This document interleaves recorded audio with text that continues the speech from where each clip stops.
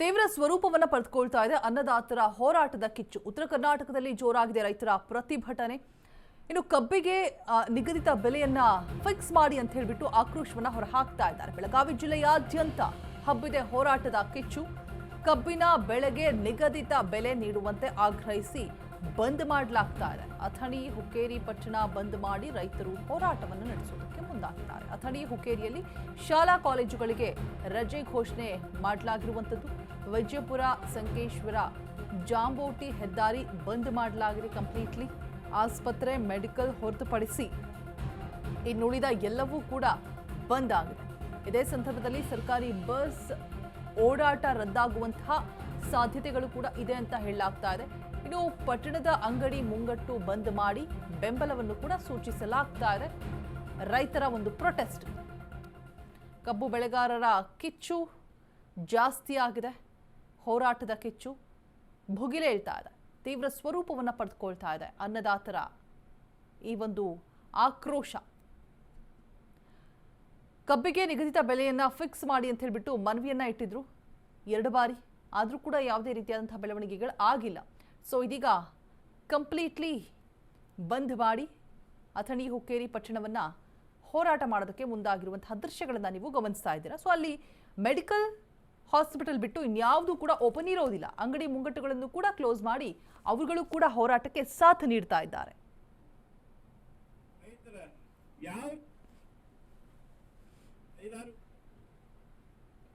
ಇಟ್ಕೊಂಡಿದ್ರು ಅದ್ರ ಇಲ್ಲಿ ಯಾಕೆ ಯಾರು ಮಾತಾಡುದಿಲ್ಲ ಅಂತಂದ್ರೆ ಯಾವುದೋ ಒಬ್ಬ ಶಾಸಕರಾಗ್ಲಿ ಒಬ್ಬ ಸಚಿವರಾಗ್ಲಿ ಬಂದ ನಿಂತಂದ್ರೆ ಲಕ್ಷಗಟ್ಟಲೆ ಜನ ಸೇರ್ತಾರೆ. ಯಾಕೆ ಸೇರ್ತಾರೆ ಅಂದ್ರೆ ರಾಜಕೀಯ ತಮ್ಮ ಸ್ವಾರ್ಥ ಇರ್ತದ. ನನಗಂತೂ ಯಾವ್ದೋ ರಾಜಕೀಯ ಸ್ವಾರ್ಥನೂ ಇಲ್ಲ. ನಾ ಯಾವ ರಾಜಕೀಯ ಪಕ್ಷದಾಗ ಇದ್ರು ಕೂಡ ಯಾವ ಪಕ್ಷದ ಯಾರ ಮುಂದಿನ ಯಾನ ಆಗ ಹೋಗವ ಅನ್ನೋಂಥ ವಿಚಾರ ನನ್ನ ತಲೆಯವಂತೂ ಇಲ್ಲ. ಆದ್ರೂ ಕೂಡ ನಾನು ರೈತರ ಬೆಂಬಲವಾಗಿ ನಾವೀಗ 2-3 ದಿವಸ ಈ ಗೊರ್ಲಾಪುರಕ್ಕೂ ಹೋಗಿದ್ದೀವಿ. ಹೋಗಿ ಅಲ್ಲಿ ಕೂತು ಬಂದಿದ್ದೀವಿ. ಅಲ್ಲಿ ರೈತರ ಪರಿಸ್ಥಿತಿ ನೋಡಿದರೆ ನಿಜವಾಗ್ಲೂ ಆ ಒಂದು ಹೋರಾಟ ಬಹಳ ಒಂದು ಹೆಮ್ಮೆ ಅನಿಸ್ತದೆ. ಹಸಿರು ಟಾವೆಲ್ ನೋಡಿದ ಕೂಡಲೇ ನನಗೆ ಒಳಗೆ ಒಂದು ಈ ಥರ ಉಕ್ಕತ್ತದ ಅಂದ್ರೆ ನಮ್ಮ ರೈತರ ಯಾವ ರೀತಿ ಶೋಷಣೆ ನಾವು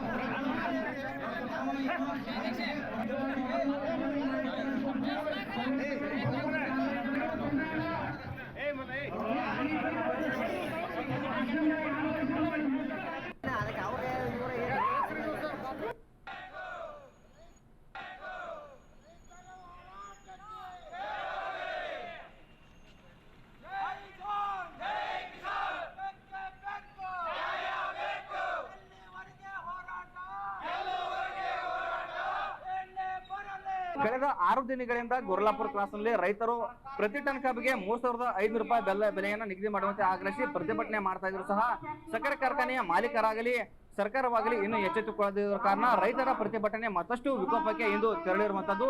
ಸದ್ಯ ನಾನೀಗ ಬೆಳಗಾವಿ ಜಿಲ್ಲೆಯ ಅಥಣಿ ಪಟ್ಟಣದಲ್ಲಿರುವಂತಹ ಅಂಬೇಡ್ಕರ್ ಸರ್ಕಲ್ ಇದ್ದಾನೆ. ಅಂಬೇಡ್ಕರ್ ಸರ್ಕಲ್ನಲ್ಲಿ ಸಂಪೂರ್ಣವಾಗಿ 1000ಕ್ಕೂ ಹೆಚ್ಚು ರೈತರು ಅದಕ್ಕೂ ಇಲ್ಲಿ ಜಮಾವಣೆಗೊಂಡು ಪ್ರತಿಭಟನೆಯನ್ನ ಮಾಡ್ತಾ ಇರುವಂತದ್ದು. ಅದರಲ್ಲೂ ಪ್ರಮುಖವಾಗಿ ಉತ್ತರ ಕರ್ನಾಟಕ ಅಂತಂದ್ರೆ ಕಬ್ಬು ಬೆಳೆಯೋದ್ರಲ್ಲಿ ಬಹಳಷ್ಟು ಫೇಮಸ್ ಆಗಿರೋ ಕಾರಣ ಸಾಕಷ್ಟು ಅಂದ್ರೆ ಉತ್ತರ ಕರ್ನಾಟಕದಲ್ಲಿ ಸಾಕಷ್ಟು ಬೆಳಗಾವಿ ಜಿಲ್ಲೆಯಲ್ಲಿ ಸುಮಾರು 8ಕ್ಕೂ ಹೆಚ್ಚು ಸಕ್ಕರೆ ಕಾರ್ಖಾನೆಗಳು ಇರುವಂತದ್ದು. ವಿಜಯಪುರ ಸಂಕೇಶ್ವರ ರಾಜ್ಯ ಹೆದ್ದಾರಿಯನ್ನ ತಡೆದು ಪ್ರತಿಭಟನೆ ಮಾಡ್ತಾ ಇರುವಂತದ್ದು. ಈ ಒಂದು ಹಿನ್ನೆಲೆ ಯಾಕಂದ್ರೆ ವಾಹನ ಸವಾರರು ಸಹ ಪರದಾಡುವಂತಿರುವಂತದ್ದು. ಏನು ಬೆಳಗಾವಿ ಜಿಲ್ಲೆಯ ಅಂತಂದ್ರೆ ಗೊರ್ಲಾಪುರ ಕ್ರಾಸ್ ಆಗಿರ್ಬೋದು, ಹಳ್ಯಾಳದರು ಬೀಚ್ ಆಗಿರ್ಬೋದು, ಕಾಗೋಡ ಆಗಿರ್ಬೋದು, ನಿಪ್ಪಾಣಿ ಆಗಿರ್ಬೋದು, ಸದಲಗ ಆಗಿರ್ಬೋದು, ಚಿಕ್ಕೋಡಿ ಪಟ್ಟಣದಲ್ಲಿ ಸಹ ರೈತರು ಪ್ರತಿಭಟನೆಯನ್ನ ನಡೆಸ್ತಾ ಇರುವಂತದ್ದು. ರೈತರ ಪ್ರತಿಭಟನೆಯ ಎಷ್ಟು ದಿನ ಮುಂದುವರುತ್ತೆ ಈ ಒಂದು ವಿಷಯದ ಕುರಿತು ನನ್ನ ಜೊತೆ ಮಾತಾಡ್ತಾರೆ ರೈತ ಮುಖಂಡರಾದಂತ ಶಿವಾನಂದ್ ಕೂತಿದ್ದಾರೆ. ಅವರನ್ನೇ ಮಾತಾಡ್ತಾ ಹೋಗ್ತೀನಿ.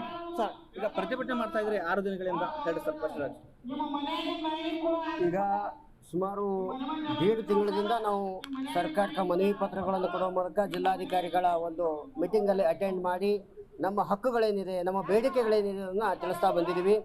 ಆದರೆ ಇಲ್ಲಿ ತನಕ ನಮಗೆ ನಾವು ಕೇಳಿರ್ತಕ್ಕಂಥ 3,500 ದರವನ್ನು ಕೊಡೋದಕ್ಕೆ ಜಿಲ್ಲಾಡಳಿತ ಇಂದು ಇಲ್ಲಿ ವಿಫಲ ಆಗಿದೆ. ರಾಜ್ಯ ಸರ್ಕಾರ ಕೂಡ ವಿಫಲ ಆಗಿದೆ ಅಂತೇಳಿ ತಿಳ್ಕೊಂಡು ನಾವು ಇವತ್ತು ಅಥಣಿ ಬಂದ್ಗೆ ಕರೆಯನ್ನು ಕೊಟ್ಟಿದ್ದೀವಿ. ಇದು ಪ್ರತಿಭಟನೆ ಇದೇ ರೀತಿ ಮುಂದುವರಿತದೆ. ಎಷ್ಟು ದಿನಗಳ ಕಾಲ ಪ್ರತಿಭಟನೆ ಮಾಡ್ತಾರೆ? ಅವರು ನಮ್ಮ ಬೇಡಿಕೆಗಳಿಗೆ ಸ್ಪಂದಿಸುವ ತನಕ ನಮ್ಮ ಪ್ರತಿಭಟನೆ ಮುಂದುವರಿತದೆ. ಇವತ್ತು ತಾಲೂಕು ಮಟ್ಟದಲ್ಲಿ ಮಾತ್ರ ನಾವು ಪ್ರತಿಭಟನೆಯನ್ನು ಹಮ್ಮಿಕೊಂಡಿದ್ದೀವಿ. ಇದೇ ರೀತಿ ಅವರ ಮೊಂಡತನ ಮುಂದುವರೆದಿದ್ದೆ ಆದರೆ ಪ್ರತಿ ಹಳ್ಳಿಗಳ ಮಟ್ಟದಲ್ಲಿ ಕೂಡ ನಾವು ಪ್ರತಿಭಟನೆಯನ್ನು ಕೊಂಡೊಯ್ದ ತೀರ್ಮಾನವನ್ನು ಮಾಡಿದ್ದೀವಿ. ಸಾಕಷ್ಟು ಸಕ್ಕರೆ ಕಾರ್ಖಾನೆ ಮಾಲೀಕರು, ಶಾಸಕರು, ಜನಪ್ರತಿನಿಧಿಗಳಿದ್ದಾವ, ಅವ್ರು ಮಾಡ್ತಾ ಇದ್ದಾರೆ, ರೈತರ ಬಗ್ಗೆ ಕಾಳಜಿ ಇಲ್ಲ ಏನು?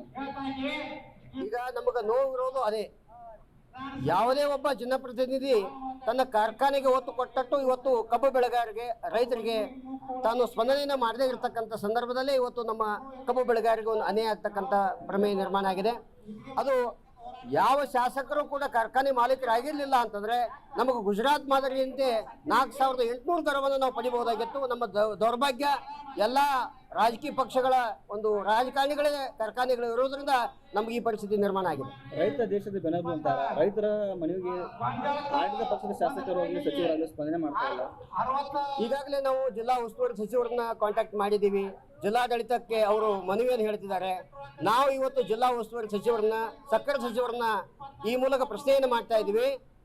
ಜಿಲ್ಲಾಧಿಕಾರಿಗಳೇ ಎಲ್ಲ ಪ್ರಶ್ನೆಗಳಿಗೆ ಉತ್ತರವನ್ನು ಕೊಡೋದಾದ್ರೆ ತಮ್ಮ ಖಾತೆಗಳಿಗೆ ಯಾಕೆ, ತಮಗೆ ಆ ಒಂದು ಜವಾಬ್ದಾರಿಯನ್ನು ನಿರ್ವಹಿಸಲಿಕ್ಕೆ ಸಾಧ್ಯ ಆಗದೇ ಇದ್ರೆ ಜಿಲ್ಲಾ ಉಸ್ತುವಾರಿಗಳು ಕೂಡ ರಾಜೀನಾಮೆಯನ್ನು ಕೊಡಬೇಕು, ಸಕ್ಕರೆ ಸಚಿವರು ಕೂಡ ರಾಜೀನಾಮೆ ಕೊಡಬೇಕು ಅನ್ನುವಂಥ ವಿಚಾರವನ್ನು ಇಲ್ಲಿ ನಾನು ವ್ಯಕ್ತಪಡಿಸ್ತಾ ಇದ್ದೀನಿ.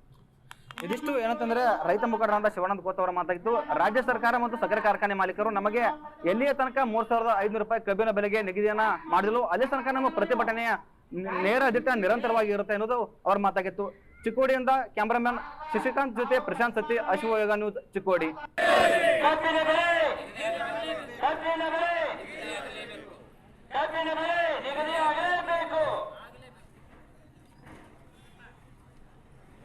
ನಮ್ಮ ರಾಯಬಾಗ ತಾಲೂಕಾ ಕಾರ್ಯದರ್ಶಿಗಳ ಈಗ ಎಲ್ಲಾ ರೈತರ ಪರವಾಗಿ ನಾ ಹೇಳ್ತೇನೆ. ಈಗ ನೀವು 3,000 ಕೊಡಬೇಡ, ನಮಗ ಮ್ಯಾಲ 500 ಕೊಡುದು ಬೇಡ.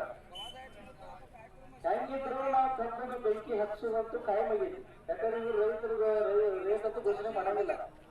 ನಿಮ್ಗೆ ಒಂದು ಸ್ವಲ್ಪ ಗುರ್ಲಾಪುರ ಕ್ರಾಸ್ನಲ್ಲಿ ನಮ್ಮ ಎಲ್ಲ ರೈತ ಸಂಘದ ಸದಸ್ಯರು ಬೆಂಬಲ ಬೆಲೆಗಾಗಿ ಸರ್ಕಾರಕ್ಕೆ ಎಚ್ಚರಿಕೆ ಕೊಡ್ತಾ ಇದ್ದಾರೆ.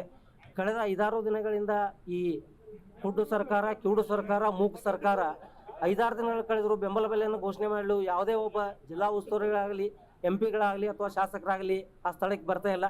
ನಮ್ಮ ಬೇಡಿಕೆ ಇಷ್ಟೇ, ರೈತ ಒಂದು ವರ್ಷದೊಳಗೆ ತಾನು ಕಷ್ಟಪಟ್ಟು ಬೆಳೆದಂಥ ಬೆಳೆಗೆ ಬೆಂಬಲವನ್ನು ಕೇಳ್ತಿದ್ದಾನೆ ಹೊರತಾಗಿ ಯಾವುದೇ ಒಂದು ಭಿಕ್ಷೆಯನ್ನು ನಾವು ಕೇಳ್ತಾ ಇಲ್ಲ. ಎಲ್ಲಿವರೆಗೆ 3,500 ರೂಪಾಯಿ ಸರ್ಕಾರ ನಮಗೆ ಬೆಂಬಲ ಬೆಲೆಯನ್ನು ಕೊಡೋದಿಲ್ಲ ಅಲ್ಲಿವರೆಗೆ ಈ ಹೋರಾಟ ನಿರಂತರವಾಗಿರ್ತದೆ. ಇದರ ಬಗ್ಗೆ ಸರ್ಕಾರ ಎಚ್ಚರಿಕೆ ವಹಿಸಬೇಕು. ಒಮ್ಮೆ ರೈತ ಸಿಡಿದಾಯ್ತ ಅಂತಂದರೆ ಹಳ್ಳಿ ಮಟ್ಟದಲ್ಲಿ ಆಗಲಿ, ಯಾವುದೇ ಒಂದು ತಾಲೂಕಾ ಮಟ್ಟದಲ್ಲಾಗಲಿ ಈ ಹೋರಾಟವನ್ನು ನಾವು ಬೆಂಗಳೂರುವರೆಗೂ ಕರೆದೊಯ್ಯವರೆಗೆ ಬಿಡೋದಿಲ್ಲ ಅನ್ನೋ ಮಾತನ್ನು ಈ ಸಂದರ್ಭದಲ್ಲಿ ಸ್ಪಷ್ಟವಾಗಿ ಹೇಳಕ್ಕೆ ಇಷ್ಟಪಡ್ತೀವಿ.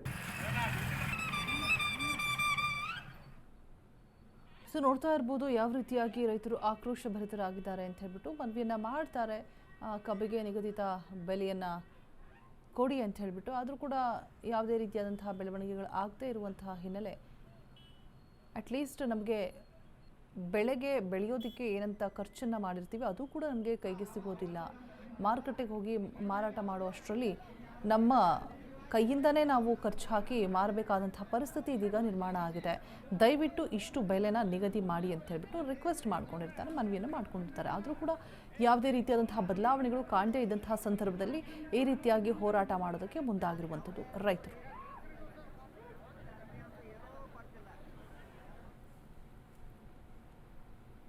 ಬೆಳಗಾವಿಯಲ್ಲಿ ಕಬ್ಬು ಬೆಳೆಗಾರರ ಪ್ರತಿಭಟನೆ ವಿಚಾರವಾಗಿ ಇದೀಗ ಬೆಂಗಳೂರಿನಲ್ಲಿ ಗೃಹ ಸಚಿವ ಜಿ ಪರಮೇಶ್ವರ್ ಪ್ರತಿಕ್ರಿಯೆ ಕೊಟ್ಟಿದ್ದಾರೆ. ಈಗಾಗಲೇ ಸಕ್ಕರೆ ಸಚಿವ ಶಿವಾನಂದ ಪಾಟೀಲ್ ಜೊತೆ ಚರ್ಚೆ ಕೂಡ ಮಾಡಿರುವಂಥದ್ದು. ಆದಷ್ಟು ಬೇಗ ಕಬ್ಬಿಗೆ ಬೆಲೆ ನಿಗದಿ ಮಾಡುವಂತೆ ಸೂಚನೆಯನ್ನು ಕೊಟ್ಟಿದ್ದಾರೆ. ಸಮಸ್ಯೆ ಬಗೆಹರಿಸುವಂತೆ ಸತೀಶ್ ಸೇರಿ ಹಲವರಿಗೆ ಸೂಚನೆಯನ್ನು ಕೂಡ ಕೊಟ್ಟಿರುವಂಥದ್ದು. ಆದಷ್ಟು ಬೇಗ ಸಮಸ್ಯೆಯನ್ನು ಬಗೆಹರಿಸುವ ವಿಶ್ವಾಸ ಇದೆ ಅಂತ ಹೇಳಿದ್ದಾರೆ. ಇನ್ನು ನಿನ್ನೆ ಒಬ್ಬ ರೈತ ಆತ್ಮಹತ್ಯೆಗೆ ಪ್ರಯತ್ನವನ್ನು ಕೂಡ ಮಾಡಿದ್ರು. ರೈತನನ್ನ ಪೊಲೀಸರು ರಕ್ಷಣೆ ಮಾಡಿದ್ದಾರೆ ಅಂತ ಹೇಳ್ಬಿಟ್ಟು ಪರಮೇಶ್ವರ್ ಹೇಳಿದ್ದಾರೆ.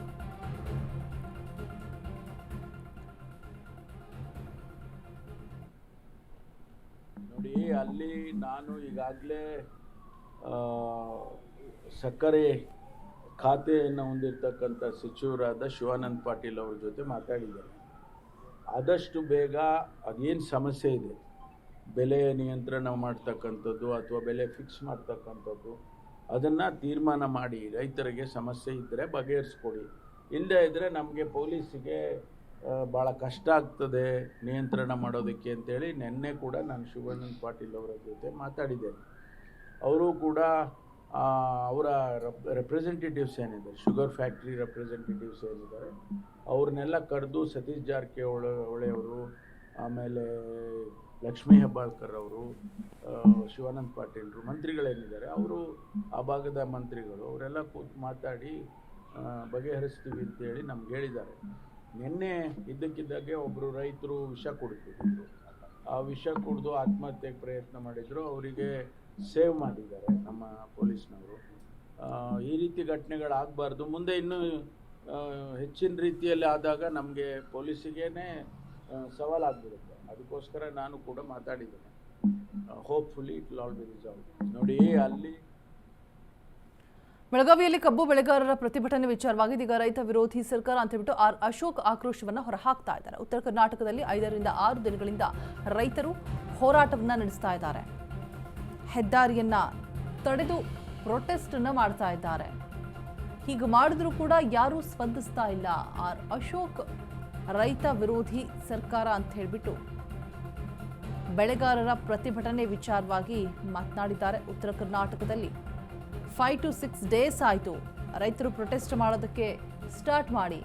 ಹೆದ್ದಾರಿ ತಡೆದು ಪ್ರೊಟೆಸ್ಟ್ ನಡೆಸಿದ್ರು ಕೂಡ ಯಾವುದೇ ರೀತಿಯಾದಂತಹ